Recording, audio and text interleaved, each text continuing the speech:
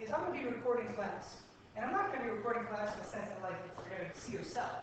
But if you go online like later tonight on Moodle, you're going to see that, oh, you know what, there's this web page and there's a link to a video. And the video is going to be our video in class. Basically, we're going to see what we have done in class each day. Some days, once the Apple TV is hooked up here, I'm just going to use my iPad. And I can just write on my iPad and it'll appear on the board.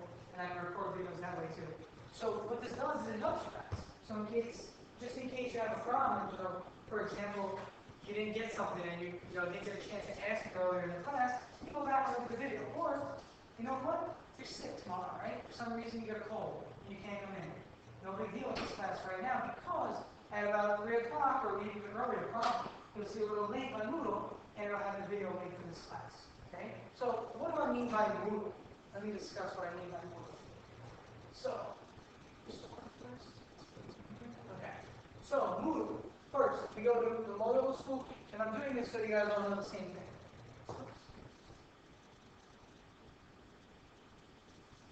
Alright, so here's our homepage, right, for Loyola. Now, has everybody been to this page before? Okay, if not, just look at the address. It's loyola-nyc.org. Okay? On the top, you're going to see a few things. One that says Moodle. That's what I'm talking about, Moodle. It's not just another word like that. Now, when you go to Moodle, it's going to ask you to log in. You have your information for like email and your student login ID numbers. That's going to be used here when you log into Moodle. Provided Moodle works. Give me 1 sec, guys. There we go. All right. So when I log into Moodle, let's take a look. My page will look a little different than yours at first because it's a teacher login. But here's what I'm going to see. Now, what you're going to see is your courses here. Okay, you're going to see your different courses. When you click on Algebra 2 Honors, you're going to see our home page. Now, I'm going to change it so that it looks like a student. I can do this. Switch role to a student so you see what I see now. This is what you're going to see on Moodle's homepage. Okay, and you're going to see all these sections here. And you're going to notice there's a bunch of them. First, videos in class. So whenever I make a video, I'm going to post a link to that video right there. This is the Algebra 2 overview. It's just a very simple overview. You're going to see I just discussed the topics that are in the class. If I go back one page, you're also going to notice under handouts, semester 1 test dates and the course information. This is the document, if you remember, that you're supposed to read over the weekend. And once it loads, you'll see it. This is just a PDF, and this is the information from the course. The document that had the course information, like the grades and all that stuff, that's what will come up here. And unfortunately, it was loading, but this is all the information that you're going to see. So you're going to see all this every day. So if you want to see, like, the homework over the weekend, see homework due 9/10, well, when's 9/10? 9/10 is today. So I'm always going to put the due date there. When you click on this homework due, you'll see what it says. Have supplies ready for class on Monday. Read inside and honors Algebra 2 course information, student attendance. And that's what I told you to do over the weekend, so you should be good to go. Are we clear as to where you can see the website? All right, so again, how do you get there? Loyola. When you go to Loyola's webpage, go to Loyola School, go to Moodle, click on it, and then log in with your login. If for some reason you don't know your login, by now I guess, either ask, I guess, Ms. Shones, Mr. Richroth, who was in here before helping with the computer a minute ago, and Ms. Shones and the librarian. And you can really ask anybody downstairs also the right direction, because I shouldn't. But again, make sure you have access to this page because this is going to be like our gateway access. Okay, so for example, if I tell you tonight I want you to watch a video, I'm going to record a video tonight of my own. Let's say I did. But I was like, tonight you're watching a video for homework instead of doing homework. I'll record the video and post the link on Moodle. So later on, you can go to Moodle and just look at the video. Okay, and that might be homework tomorrow. And then the next day when you come in, instead of having class normal, maybe we'll just do a bunch of problems instead. So we can just mix things up and change it up. Right? So, anyway, back to what we're doing today. What we're starting with today, and see how the calibration is still off, by the way? Anybody notice? Watch when I touch here. Or when I try to touch file, look where it's showing up. So unfortunately, even though the smart boards are smart, the calibration doesn't work well. So I might have to do that to something like this. Let me just go over here and do it in a break. So what we're starting with today is section 1.1. And what I'm going to try and do for you guys is go exactly along with your textbook. And whenever I deviate, I'll let you know. And again, all this stuff will be up there right when you guys get in here. But unfortunately today, that's figures. So the first section, you'll see the sections in your book. Okay? For today, throw your book in the ground. If you need more room on your desk, don't worry about it. You're not going to leave your textbook at home unless you're told otherwise, okay? Now, section 1 is the same title as your section in your textbook. Again, I'll try and stay with the titles the same. We're looking at real numbers and their graphs. If for some reason where you're sitting right now you can't see, let me know. Okay? Can't see, it's not a problem. We can move seats around, make sure you can. Alright. Now, let's begin this topic. First, the topic is called real numbers. What do you guys know about number sets? What do you know about number sets? What do I mean? What are some types of numbers you've heard of before? Nicholas? Decimals, good. Decimals kind of like a number, yeah? Rational, very good. Real numbers. Integers. Irrational numbers, very good. I feel like imaginary numbers. There are imaginary numbers, very good. Another category. 2 more. Fractions, believe it or not, are rational numbers. So we'll explain how that comes in. Very good. Fractions are rational numbers. There's 2 of the categories that most people would kind of ignore. One of them is called the counting numbers or the natural numbers. Another category is called whole numbers. But we'll go into where they come from soon now. Right? So first, let's draw ourselves a little diagram here. See how far the calibration is on? Give me 1 second. Let me try this one more time. I know, it's just that even when I write though, it's going to be off by a little bit. I could definitely put a box in there, but I'm just worried that all day today, whenever I write, it's going to show up a little bit above or below. Alright. So let's use this kind of static. And to count up.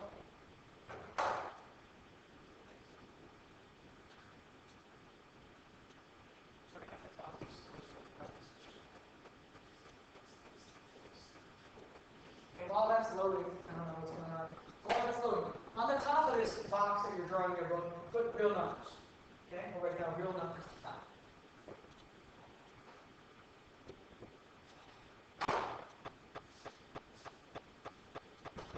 Now, what I want you to do after that is draw a line about 3/4 the way in.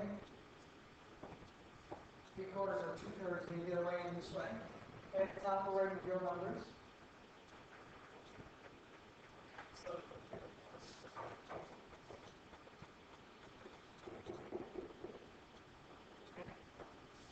Okay, so we're going to break real numbers into 2 categories, 2 major categories. Now, what 2 categories might real numbers fall into? 2 major categories that we mentioned already.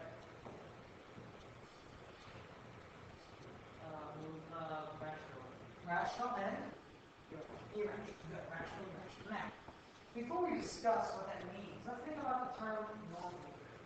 What does a rational person have? Not necessarily sporadic. Yes, exactly. They're not sporadic. Sporadic means like unpredictable, right? So like, if I said to you, you tell me if I'm rational or irrational. If I said, Kate, right? Kate, sorry.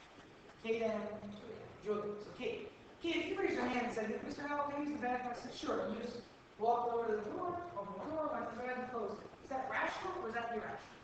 It's pretty rational, right? Like it's normal and predictable. But if you were like, I gotta move in, I gotta go, ran out, slam the door, what would that be considered? That's a little irrational, isn't it, right? So when you're thinking about these numbers, keep that in mind. That's what I'm going to go through now. So, for rational numbers,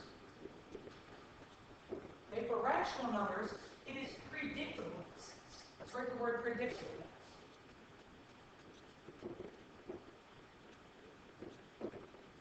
Okay, predictable. I apologize, I know this is exploding, it's just the markers on, sorry. Predictable. What do I mean by predictable? What part of the number is predictable? Nicholas. I can hear you. Just can hear you. Sure. What's an example of a rational number? Give me an example of a rational number. Pi. Oh no, I said it. Oh, I'm sorry. Pi is irrational. Very good. Let's go from there. You said 3/4 for rational, right? Why is pi irrational? Never ends. What? Never ends. The number How about this one? And just to show you why you need to be more specific with your definition. That never ends, but it's rational. Oh, because, oh, No, you are on the track about the idea of never ending, but what about it? Be more, it has more specific. Very good. It has no pattern. And before we said rational was predictable, right? So for irrational, we are looking at numbers where the decimals go on forever with no pattern, such as pi, just like you said. Pi is a very good example. And as we know, we always use an approximation symbol to pi, because we really don't know the exact value technically. It goes on forever, right? And there's no pattern there. So we can never say that we know exactly what it is. That's why it's irrational. It's not predictable. Now, rational numbers that are predictable, what is this number right here, 0.3 repeating, as a fraction? Is it? No.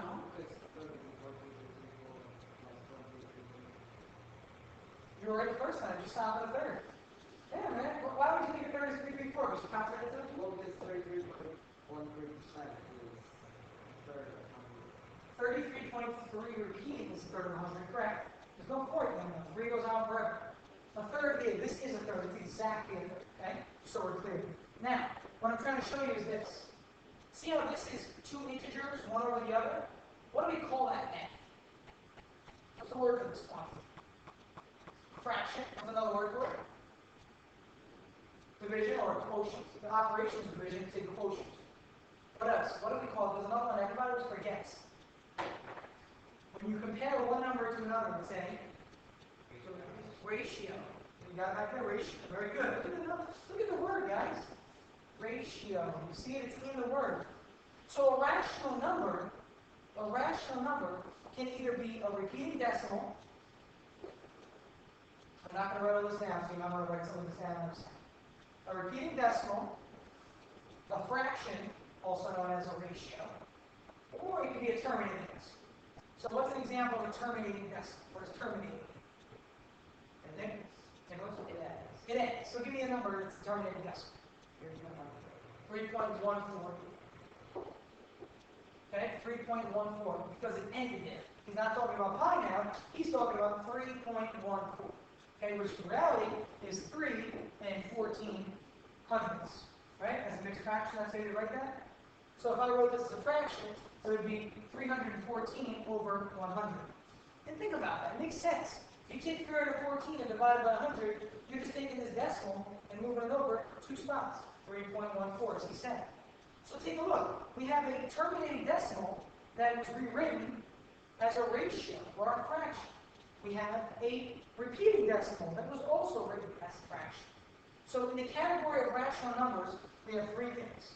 You can either think of them as terminating decimal, repeating decimal, or a fraction. If you see any of those things, it's automatically rational. Okay? Now, back to the idea of irrational. The idea of irrational. Dan, you gave us an example a minute ago. What was the example you gave? Pi. Now you said pi was irrational. Why? It has a number. Good. There's no pattern. Now, what are some other examples of irrational numbers? Square root of 2. Everybody uses that example. It's so funny. Everybody does that. Square root of 2. Absolutely. I agree. Another one. You got 2. Keep going. Square root of what? Another one. Okay, that's exactly what I wanted you to do. Perfect. Why just skip forward? Square root of 4 is 2. We all know that, right? Square root of 4 is 2. Square root of 4 is 2. Well, it's plus 1 minus 2. Positive and negative. Now, what can I write? Instead of writing all these numbers, I don't want to write them all out, right? Come on. I don't want to sit here and write everything out like that. So what do I write? The square root of what kind of a number? A what? It looks like when 2's even. Okay. You want to try again? Let's see. Okay. Not prime. Prime are numbers that only divisible by 1 themselves. So, like, for example, I might put down square root of 15 here, but square root of 15 is irrational, but it's not prime, right? So you got to be careful. Some prime numbers happen to be irrational under square root. I need a more general term. Why did we skip 4? Because 4 is a what? 2 isn't even, and it's here, we didn't skip it. Why did we skip 4? It's a perfect square. So what are all these numbers? Non-perfect squares. Non-perfect squares. Write the whole word out if you want, or abbreviate. It's up to you. Again, I will abbreviate a lot. Okay? It depends on what you like to do. Like up here, I wrote the numbers. Whatever you want to do for your own knowledge. But the square root of a non-perfect square. A non-perfect.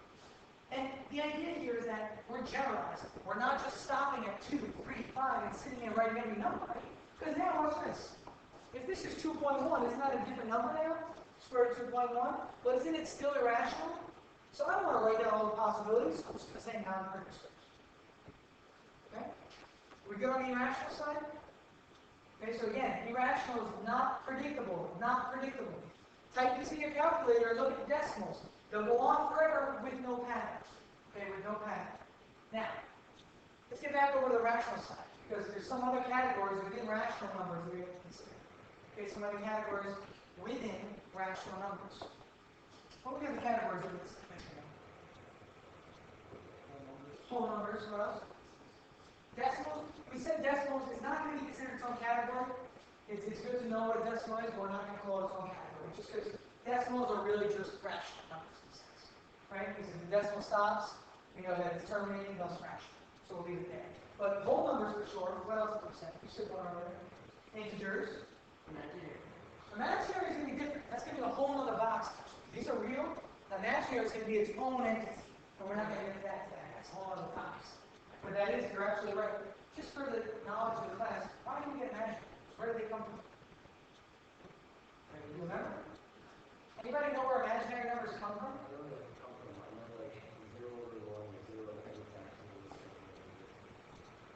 Close. Okay, you're making a little mistake there. First, imaginary numbers don't have to do with 0. You're thinking of, what is he thinking of when it says undefined? That's what you're thinking of. And undefined means when it's some number over 0. You said 0 over some numbers, so you should be careful. When 0 is in the denominator, and some other values up top, we call it undefined. If it's 0 over 0, we call that indeterminate. But that's much more later on in this course and calculus. For imaginary, anybody here of imaginary? And it's fine if not, because I didn't expect it. Well, just for a little preview, a little side note, I guess you will. If you want to talk about imaginary numbers, think about this. What's the square root of 49, everybody? 4? 97. Okay, good, because both of those squares get back to 49, right? What two numbers, or what number when multiplied by itself, is negative? Is that possible? Yeah, right? Because what do you need to get negative 49? Don't you need 7 and negative 7? Hold up, hold 1 second.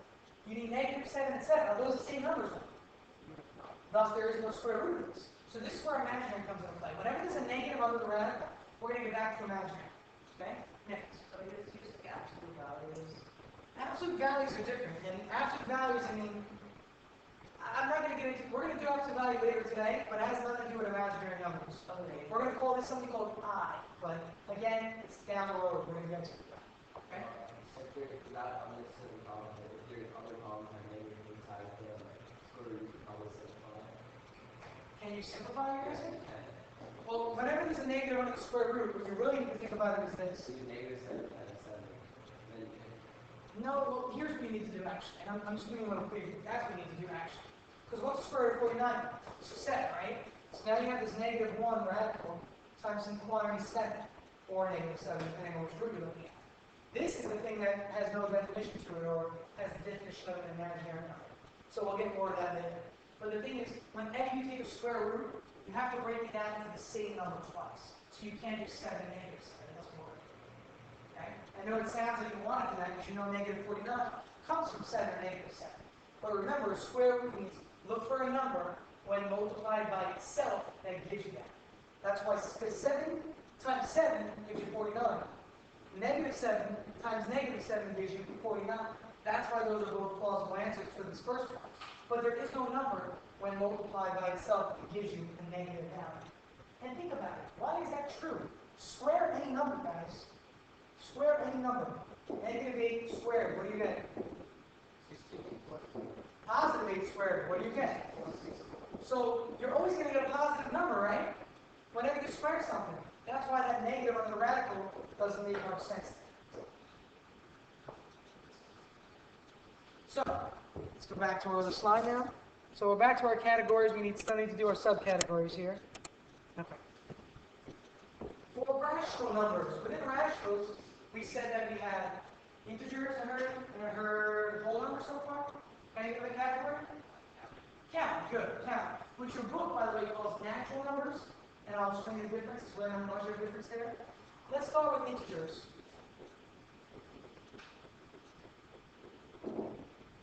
Okay, so this is going to be a subcategory of real numbers. What are the integers? Can you tell me? Joseph. Is it like non-negative numbers or is it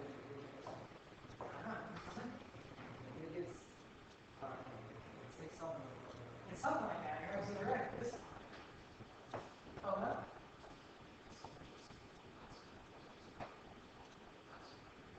Positive and negative numbers and zeros. Okay? So what we're looking at for integers are numbers like -3, -2, -1, 0, 1, 2, 3. Why don't we put these dots on the ends? What does that mean? What does it mean? Good. Now, if I put this around the outside, does anybody know what that means?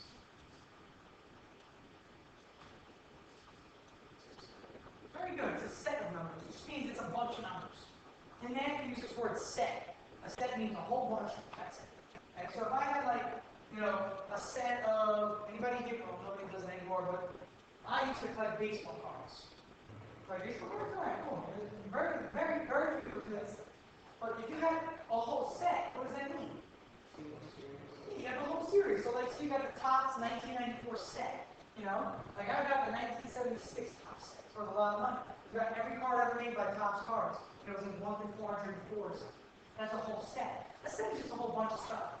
So when you see these squiggly lines on the outside, we're talking about a set of numbers. So the set of integer numbers, or the set of integers, we call them integer numbers.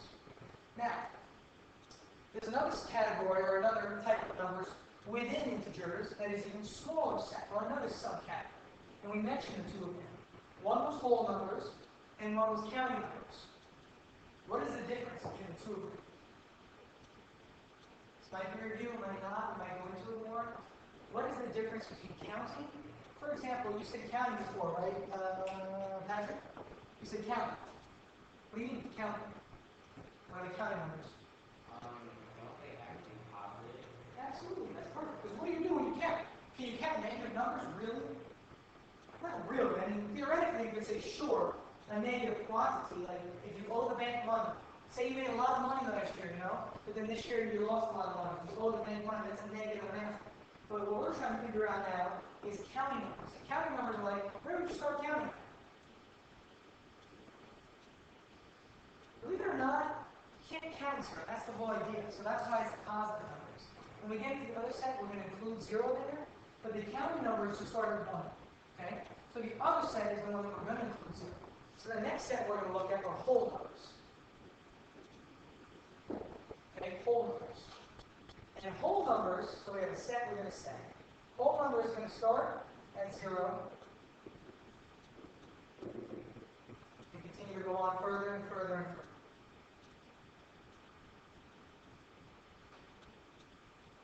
Again, whole numbers start at 0 and continue to go on.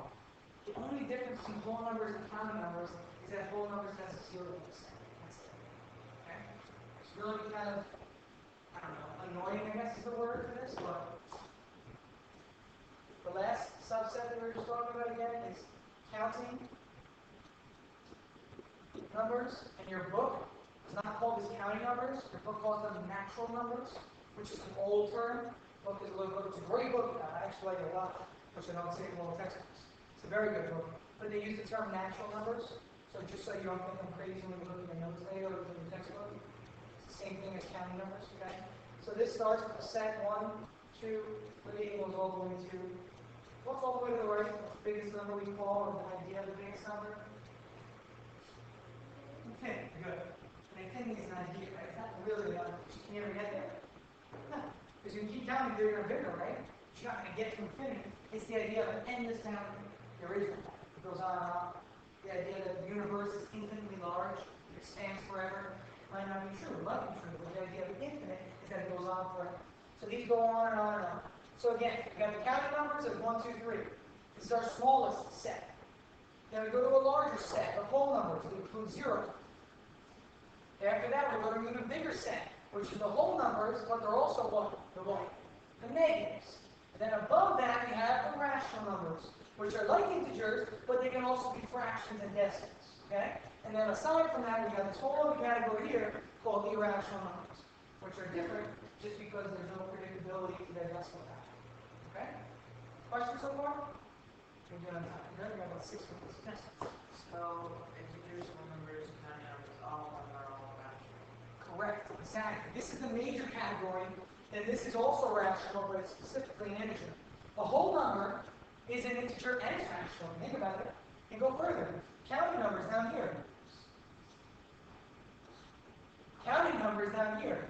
These counting numbers you're seeing right here, these are also whole numbers.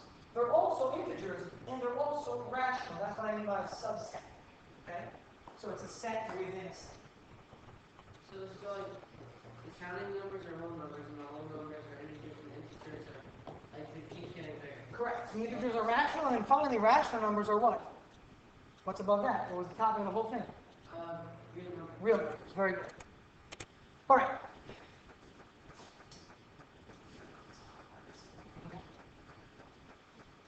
The next thing I want to do is take a quick look at a number line. You've all seen a number line before? Okay? Now, let's say we got 0, 1, 6.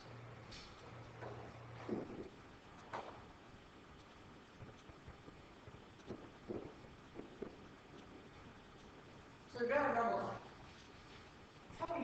Tell me people, please, why do we use number lines? Really, why do we use number lines? Because you don't want to do something if there's no reason to use it, right? Good. So comparing numbers. Very good. One. Comparing numbers. Which one's greater and which one's less than? What is an application outside of that? Outside of math, where you see number lines all the time. Only one person in the first period did this. And believe it or not, you're like, it's so easy. But there's one application where you use number lines forever. Since you're a little kid uses this one subject, that you always have number lines in here, and that's one. Yeah, why is such things? What is that called? What do they call a number line? They don't call it a number line, they call it just time. So you're exactly right. Time, right? Come on, think about it. You start with 0, you go to 2,000 years, what's the time?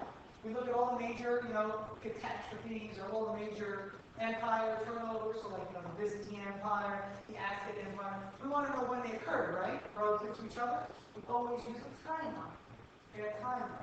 Now, when you get older, you're going to use something called a Gantt chart. You work in the industry, or wherever you're going to work. A Gantt chart is the same thing. It's weekly saying, let's spread out our project over the next 5 weeks to see what's due with it. Okay? Similar to school, you have a big assignment, what do? You do it maybe 2 weeks in advance, a week in advance, you have to spread it out. Time. Now, let's see. If I asked you to write a comparison statement using either a number line or the idea of inequality between these numbers, 2 and 7, what kind of an inequality would you write between them? What's the symbol look like for this one? Meaningless. Okay. Just check. Which one's bigger? Good. So 2 is less than 7, right? Or we can write it as 7 is greater than 2. Okay? Just the idea of an inequality. I want to make sure we're on the same page here. Let's see. Alright, let's say we got a number line now. Same number line you had. And we're told that one of the points is here at -2. Call that A. And we'll say the other point is over here at 4. That's point B. Okay? That's point B. And you're told that, or you're asked to find the point 2/3 of the way from A to B. Okay, so find the points. Points 2/3 of the way from A to B. Well, how would you do that? What process would you undergo here? Joseph?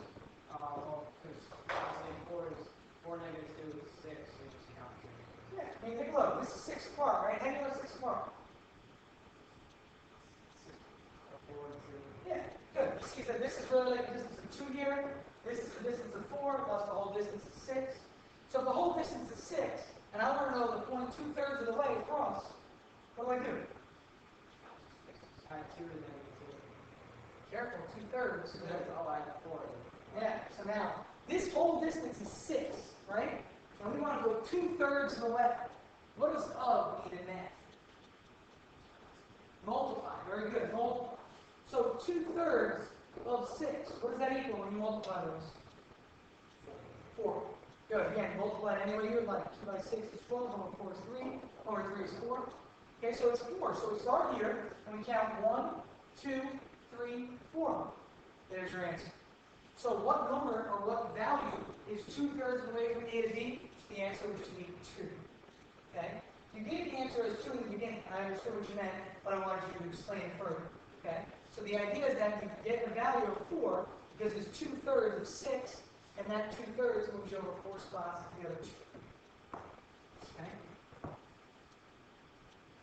The last thing, and I'm going a little quick here with this last topic, I apologize, only because that computer should slow us down. We're running out of a little bit of time here. The last thing to look at is absolute value.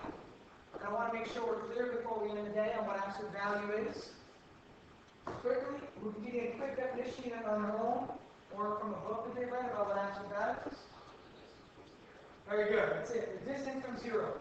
That's all you need to remember for absolute value. Please, don't remember, everybody, a lot of people say the positive value. Not true, because what about this? Here's an exception. What's the absolute value of 0, everybody? 0. So is this a positive number? No, it's neither positive nor negative. Traditionally speaking, when there's a negative, you get a positive add, right?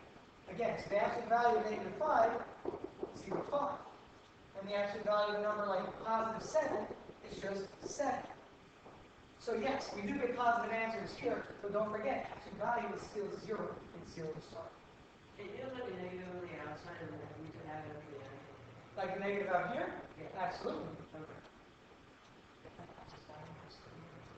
So here, let's take a look now. If we think about absolute value in terms of a function of what it is, tonight, take a look at section 1.1. Okay, section 1.1 through 1 through 39. They're not tough problems, they're quick. Okay? Do the homework like you would do homework before this class, and tomorrow I'm going to give you an idea of how to want to do homework in the future. So do it however you would normally do homework. Okay, I'm not going to give you a set for it, how to do it. The homework will be on Moodle also. In the homework section, I'll put it. But it's section 1, chapter 1, 1 through 39, Read your textbook at home. Again, some days I collect it, some days I just give you a quick quiz when you come in, so it always depends. So have it ready as if you're going to hand it in every day. So maybe do it on a separate sheet of loose leaf in your notes, okay? But do your homework as if you would do it normally, and tomorrow I'll take the form and I want you to have it. Okay? Any questions about this, please come after school. Stop by and ask me. I will fix the smartboard for tomorrow for us.